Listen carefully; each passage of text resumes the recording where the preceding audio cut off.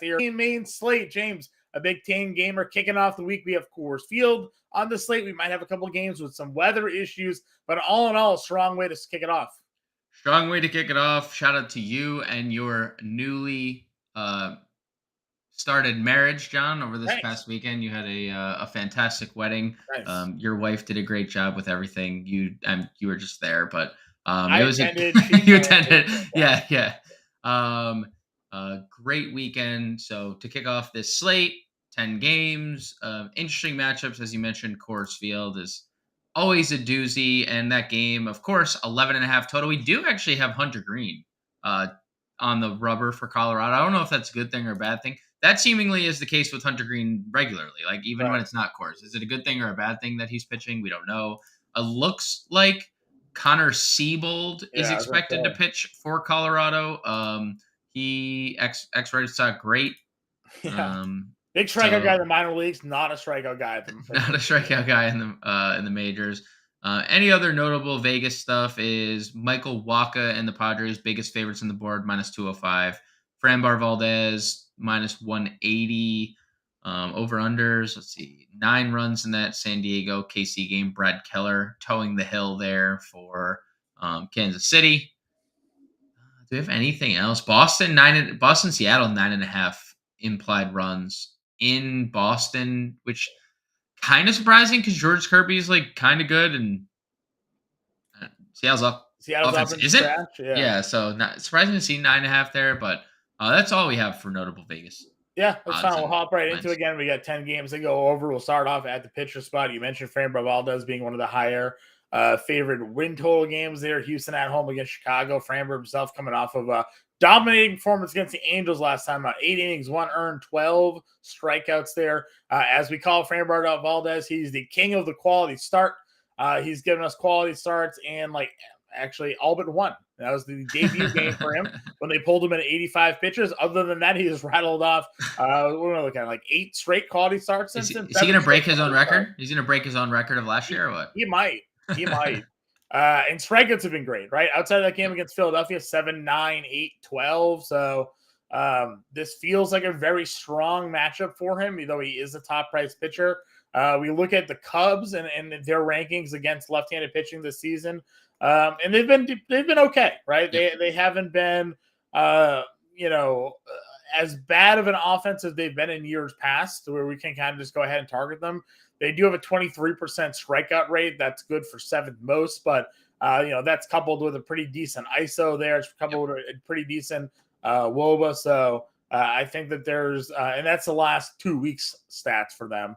Overall, they're fifth in WOBA. They have a 276 batting average. They have a 24% strikeout rate. So they strike out a lot against lefties, but they also are hitting lefties pretty well. So I guess the damage comes to, what do you trust? Do you trust Framber at home against the Cubs, or do you trust the Cubs' current offense? Yeah, I mean, I like Framber. I like the strikeout upside, and it's just a tough matchup with him because he keeps the ball on the ground. When he's not getting strikeouts, everything's on the ground. So those are our favorite pitchers to use. Strikeout ground ballers that have strikeout upside. So I have no problem getting to Framber here. Yep, I'm with you there. Moving on down again, you got Pablo Lopez on the road against the Dodgers. Don't really love that spot for No. him.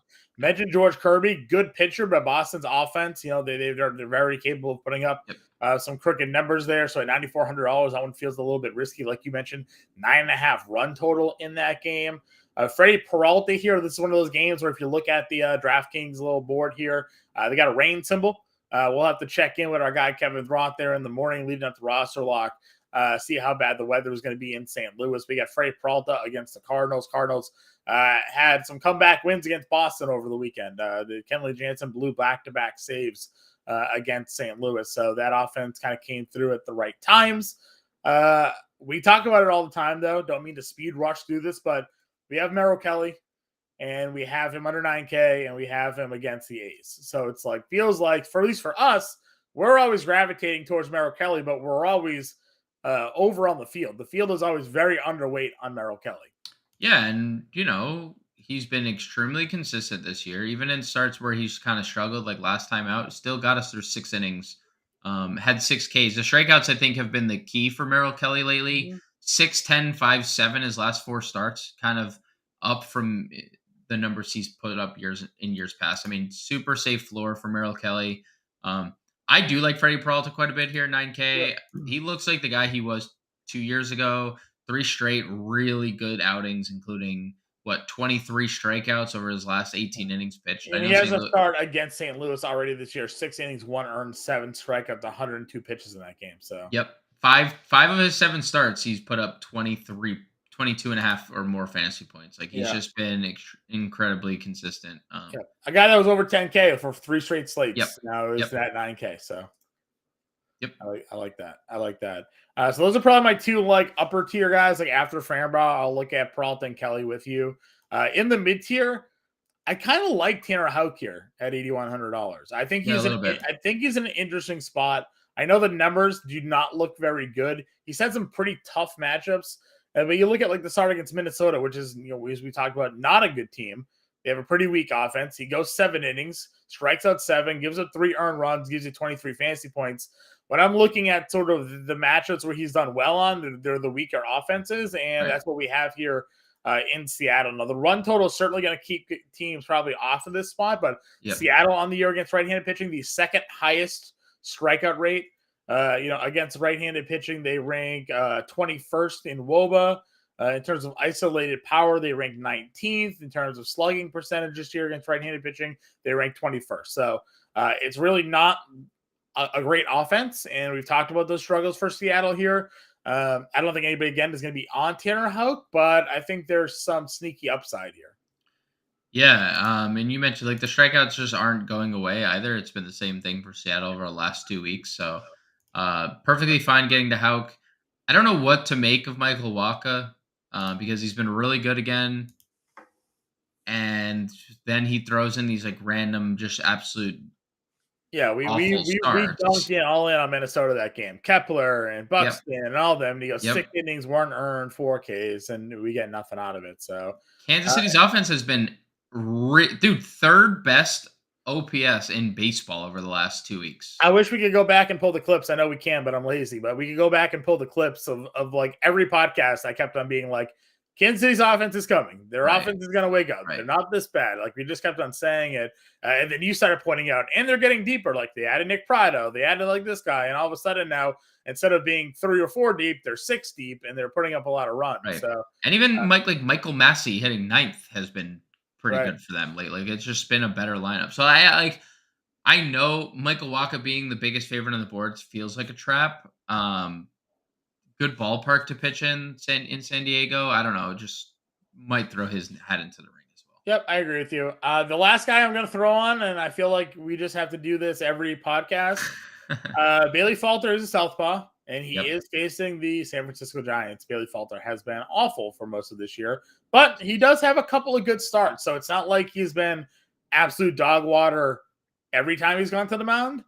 So if we draw more so on maybe outings like he had against Seattle, Chicago, Cincinnati earlier this year, Texas even. Now you add in the matchup against the Giants here, and maybe there's actually something to look at $6,600. So he is going to operate as a reliever in this game. Okay.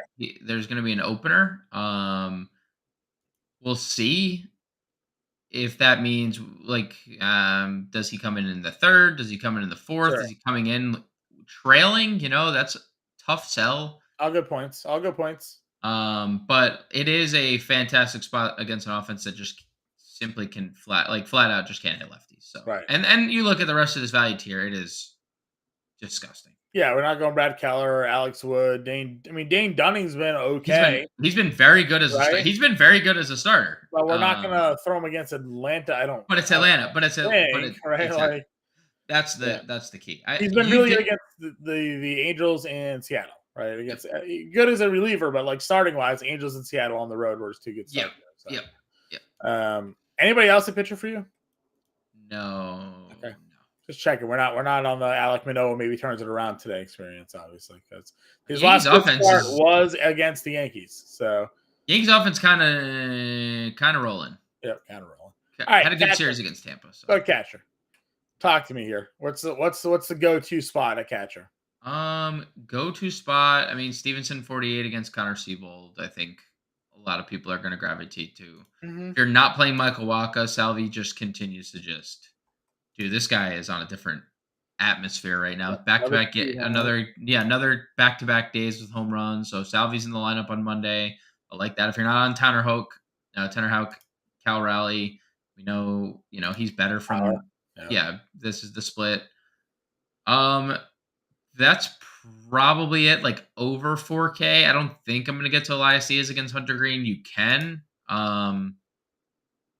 But we like Moreno $2,800 against Ruzinski. Yeah, he had another stolen base on Sunday as well. By the way, it's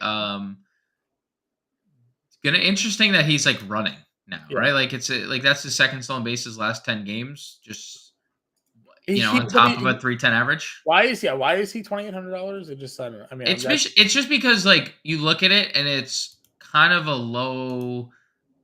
It's 310, but it's like singles and not. But again, I mean, except for recently, he had been one of the leading RBI guy on the team, right? So like, I agree. I'm not. Listen, we both are Gabriel Moreno fans. Yeah. It is just worth mentioning that it's probably because like when Corbin Carroll was $3,000, he was hitting doubles, home runs, and stealing bases, and we were like, well, what are we doing? Moreno is just still hitting 310, but it's one home run. All right, first base position here. Then we got guys at the top that are in good matchups, like Vlad Guerrero against Johnny Brito, right? Yes. $5,800. That one feels like an absolute smash. Johnny Brito against righties this year, John. 292 average, 980 OPS, 408 WOBA, and if you look up and down this lineup, righties everywhere. I feel like I never played Toronto correctly, or like I never get the Vlad Guerrero home run. It just like doesn't feel like it comes for me. This is it. This would be the spot that I want. I feel like we're going. This is your course. This is your course pivot, or probably we haven't really like looked at Cincinnati. I mean they're pretty cheap, other than Jonathan Diaz. I mean, I definitely like Vladdy. I like Rizzo on the opposite side of this matchup here. Yeah, he's been awesome. He's been awesome lately. Yeah, for me, both of those I think are in pretty good spots. No knock on Matt Olson or Freddie Freeman. If they make your lineup, I'm not going to sit here and be like, "What are you doing?" They're great. So that first certainly works for me. Rowdy Tellez against Flaherty. Any interest? Yes, because we just know Rowdy can homer and like. Sure. Pasquantino, we're always in on $4,200. Just a good player. If Wacha beats us, he beats us. But I'll take my chances on Pasquantino out hitting Wacha more often than not. For sure. More guys down here under 4K. What's your targets? Noda, if you're not playing Merrill Kelly, Kirilloff has been really, really good, John. It's just gonna look at the runs. Look, it's your wedding weekend. We don't even get to enjoy the Minnesota scoring 27 runs the last 2 days. Kirilloff 5 hits, 2 home runs, 2 doubles. Can we talk about Kirilloff? 6 walks, 5 strikeouts. Yeah, dude, he's a dude. 4 walks. This guy just needs. If someone's up there listening, please just let this guy stay healthy. It's true. It's true. Nick Prado, and then Nick Prado here. Yeah, Nick Prado for sure. Who's stealing bases off of Syndergaard in that game? That's what I want to know. Who's stealing bases off Syndergaard? Polanco? Possibly. I'll throw one more hat in the ring here, and that's Tristan Casas. Last 10 games for Casas, 310, 986, 552 slugging. This was again a very, very highly touted prospect, top 25, Baseball America. Off to a very slow start this year, but he had like a 140 BABIP. There was just a lot going kind of against that. If he's starting to crawl his way out of this slump and get into that, I mean, he's not a $2,400 hitter based off his prospect status. The power's pretty legit with him. So I don't know what your splits are for George Kirby against lefties. But Casas, if he's starting to come alive here, I think is a pretty interesting way to get some Red Sox exposure on this slate. Nobody's really hitting Kirby hard. Right. Righty's hitting 227, lefty's hitting 247, but 530 OPS for righties, 640 OPS for lefties, 265 WOBA against lefties. So it's like better, just still not. He's been good. So he has been good. So. But I think Casas, just given the pedigree and just the recent form, is an interesting peak. Second base position here. Guys at the top, you got Simeon. Jonathan India, though, going to probably lead the way in Coors Field against Connor Siebold. Yeah. He's been an absolute monster again, getting on base, scoring, stealing bags. So big fan of him at $5,600. Then we just kind of dumped down into the mid tier. What are the targets for you here? If you're playing Yankees, Glaber's been good lately. He's hitting atop the Yankees lineup. That's been a nice spark for them. Not playing Rojas at 46, although it's a good spot. I think we're going to actually have some Diamondbacks interest here. Chris Morel, man, he's been so good. I just wish he wasn't facing a lefty here. I wish. So listen, love my wedding weekend, but I didn't really pay attention to our seasonal fantasy league as much. And Morel was on my bench for both. Yeah, he's been so good. Unfortunate, yeah. Listen, all the reports out there that he was going to be like a part-time player or he was going to get sent down, like he's hitting himself into like an everyday role. He has to. Yeah, he's got to stay. Not that very tough matchup. I don't think tough matchup. Spot to use. No.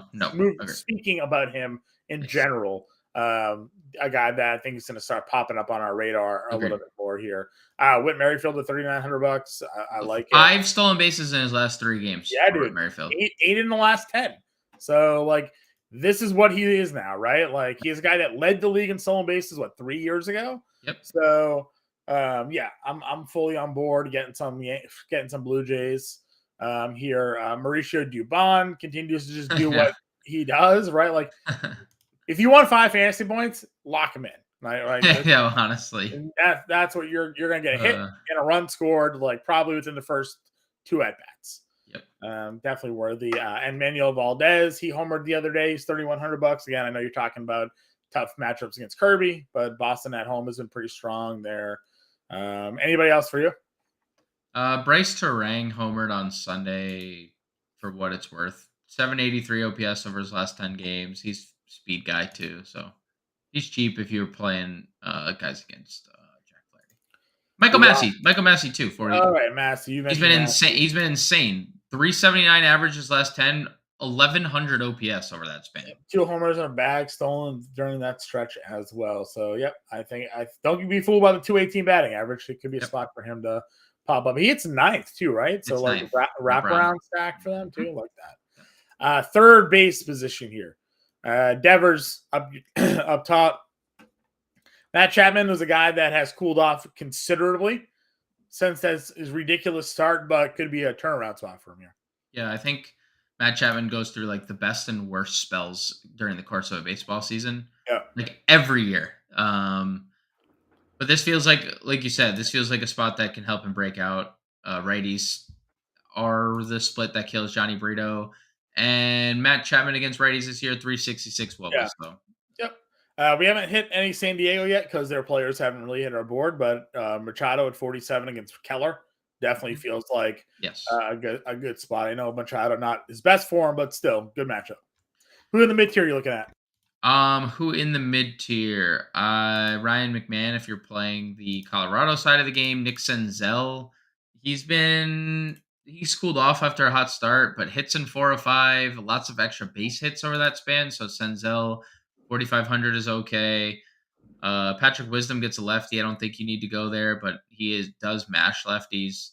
LeMahieu, 3,900. He continues to hit. I don't know why his price is dropping, but we saw him at 4,300 as early as Saturday. Now he's 3,900. Gets Manoah. Manoah's, we know, well documented. He's been bad. Yeah, that's probably it. And then you just drop. Do I keep making fun of Kyle Farmer, or what's the deal? I mean, I'm not making fun of him. Even you were making fun of him. You literally. I said, should I keep making fun of Kyle Farmer? Oh, okay. I'm like, yo, I swear the comment the other day was Kyle Farmer. I'm just mentioning him. He's hitting like 4th or whatever. I don't know why, but I mean, yeah, he's been good. He's been good. I don't know. I don't know what to tell you. I'm not playing him. I'm not playing him here, but he's probably gonna put his run again. Keep saying we're not playing him, but yeah, there it is. Let's see here. Anybody else on your radar down here? I mean, Oswaldo homered. I know it's the worst part of the split, but I like the eligibility. A bunch of RBIs in the last couple games, but that's probably it. Shortstop position, sir. Up at the top, we got a good Bichette at 56. Yep. And we're going to look to get that. Mookie Betts back with shortstop eligibility. Bobby Witt homered today. He's at 53. You got Trey Turner versus lefty at 52. Pena is all the way up to 49. I mean, a lot of top end talent here. And then Xander at $4,600. I know he's been struggling a bit, but gets the Keller matchup. You can bets on DraftKings doing something different with Mookie's eligibility every day, you know? Yeah. I get what you did there. Don't like it. Don't even really appreciate it. But Okay. I Unlucky, really. understand. Bobby Witt. I'm probably gonna stack against Michael Wacha. Truth Feels like we're going. I'm probably. I mean, we just we've turned into such a Royals first podcast here. Love Bichette, Mookie. Obviously, you can get to if you want. It's not the best matchup. I like other guys' matchups in this spot, like Bobby Witt, like Trey Turner. Jameson Taillon's obviously exploitable if Pena gets on. He's been running a decent amount this year.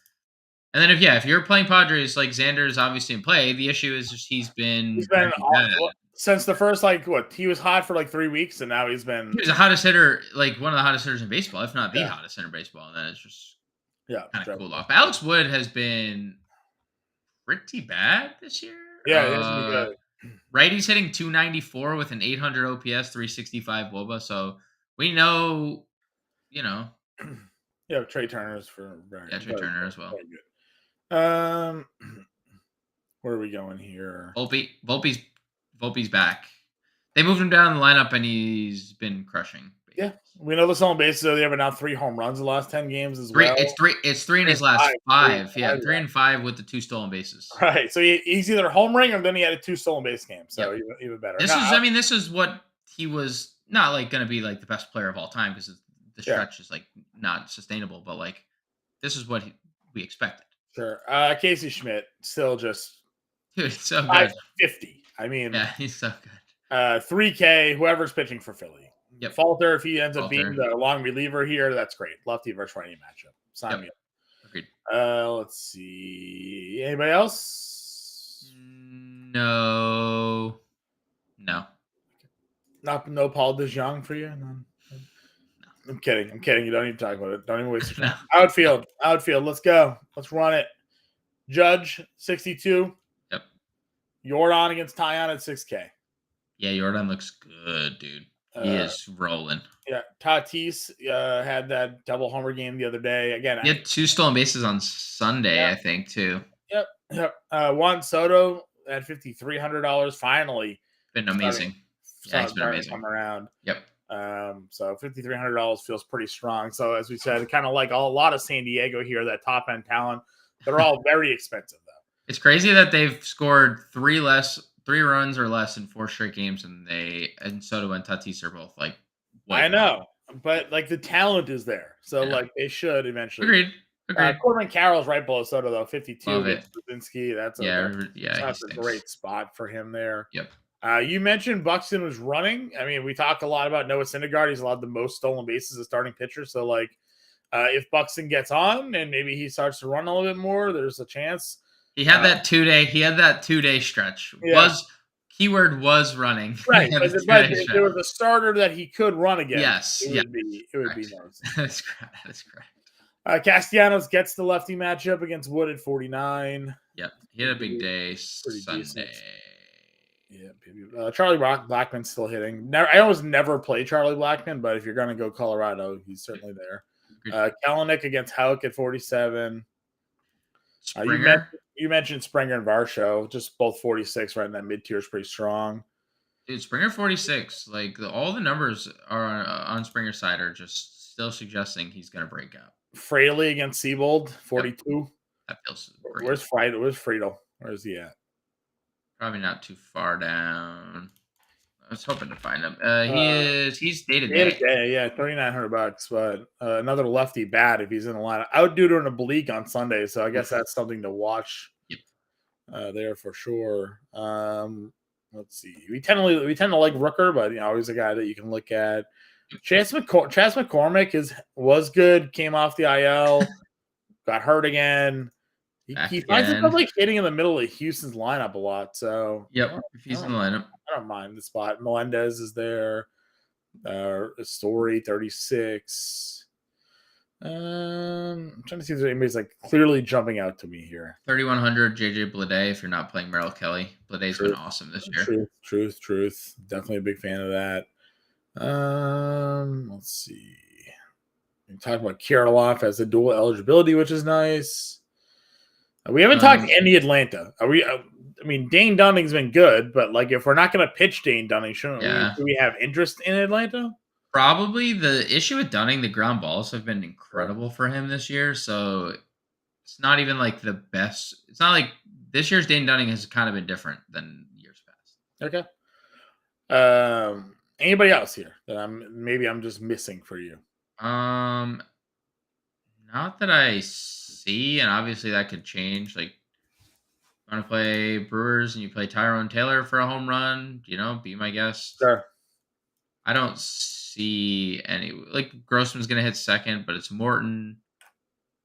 Kiermaier's been really good if you want to play him for more Blue Jays. No, he's not the Blue Jays anymore, right? He is on the Blue Jays. Dude, he's 394 with 1,100 OPS over his last 10 games, 3 stolen bases, 6 extra base hits over that span. I mean, you kind of probably need him at $2,700 to get in Vladimir and Bichette, right? I mean, look at this guy. We got the stolen bases coming. We have some power coming. I don't mind it. All right, let's build our lineup. I think we do a Coors lineup and then we do a non-Coors lineup. Let's start with our non-Coors lineup. Why don't we just play Kiermaier? Yep, and play Toronto. Right. Play Vladdy, Bichette, and then Springer. Yes, love that. Right. And then, so that's our 4 stack. Let's go to pitching. We like Kelly at 88, right? Yep. And then what's our spend up? Peralta. We could just do like a double. Love it. 33.75. The remaining positions here. We're gonna spend down Moreno. Yep. $3,500 here. Do we have another outfielder that we liked, or value second or third baseman that we're on our radar? Value's second baseman. Massey. 23. Yep. Third base, $4,200 for outfielder and a third baseman. What was Prado? 2,800 in the outfield. If we wanted to double Kansas City in the outfield, we don't need to. 4,200. I don't hate it. Prado, 28 in the outfield, and then that's a 5,600 third baseman. Yes, every single one. Our choice here. Let's see, which means we probably have a little bit more to play with. Yeah, I agree. But there isn't really like a lot here. Like that's the thing. Third felt like I liked LeMahieu at 39. I mean, you liked Kyle Farmer, obviously. Yeah. I don't really like Kyle Farmer. I mean, would you do LeMahieu Bader or like? Yeah, I would. Okay. They correlate in the lineup. Yeah. All right. So that's our non-Coors lineup. We got a Toronto stack, a 2-man stack with the Yankees, bottom half of their lineup there. Moreno and Massey, and then we have Merrill Kelly, Freddie Peralta. Let's build our Coors lineup, Cincinnati and Colorado here. What side of the aisle are we looking at? Probably the Cincinnati side here, right? So first person I plugged in was Jake Fraley. Okay. That was the first name. He's been awesome. Sure. Is the Moose going to be on the loose here, John? I mean, revenge narrative? It would be great. I don't know if I want to go against Hunter Green as much, but like I could get behind a Grichuk spot here. Yeah, great. Yeah, I don't love this game. Excuse me, not a lot, right? So it would be India, it'd be Fraley, maybe Stevenson. Yeah. Excuse me, sorry about that. So we'll do a 3-man there. Obviously, that takes away 2 of our favorite value plays in Greenville, Moreno, and Massey, but we have other value options that we could take a peek at. We could go to Kiermaier. Kiermaier, yep, 100%. Go back to Kiermaier. Pitching, do we want to just keep pitching the same? Peralta? I was thinking we were going to use Tanner Houck in this spot. Kelly or Peralta? Peralta for the upside, I'd say. Okay. Probably just has a little higher ceiling. Okay, so $3,900 a piece here for what we have remaining. Kirilloff at first against Syndergaard? Kirilloff at first or in the outfield? Oh, well, yeah, either one. That's a good call. Like we could play him on either spot. We do so $4,200. We could probably still get Vladdy in this lineup if we wanted. $3,500 for a third baseman and a shortstop. Maybe not. Casey Schmidt, 3K shortstop. Okay. I like that. Schmidt. 49. So maybe now we get Vladdy, and then that's a 4K third baseman. We still go LeMahieu as a one-off. LeMahieu, yeah. Or scorching hot JD Davis and do a little 2-man game with Schmidt and JD Davis. I know the lefties aren't great against San Fran. Yeah. So we'll keep it our one-off Vladdy because we just think that spot's great. We got a little 3-man Cincy stack in cores. We got one off with Kirilloff, one off with Kiermaier to get that value in the lineup. 2-man San Francisco. We went with Houck and Peralta for our lineup here. That is our Tuesday look at the slate. James and I will be live at 5 p.m. Eastern, breaking it all down.